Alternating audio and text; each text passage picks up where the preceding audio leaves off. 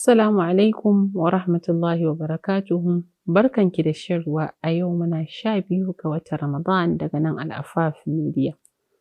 ‘Yar uwata, idan kika lura da ayoyin azumi da Allah Maɗaukakin Sarki ke mana bayani akan wannan ibada mai girma.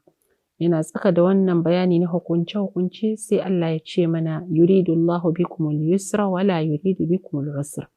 Allah Maɗaukakin Sarki yana nufin ku da sauƙi ne, da sauƙaƙawa, da tausasawa, ba wai yana nufin ya matsanta muku a cikin hukunce-hukuncen azumi ko shari'o'in sama baki ɗaya ba.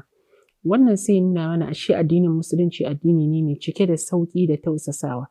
Addini ne da bai matsanta wa mabiyansa akan wasu abubuwa wanda yake ya san ba za su iya ɗauka ba. Allah Maɗaukakin Sarki shine ya halicce mu kuma ya fi mu sanin abin da za mu jura ko za mu iya kawowa. Wannan sai ya baki saƙon cewa ki zama mai tausasawa a cikin dukkanin al'amuranki na rayuwa.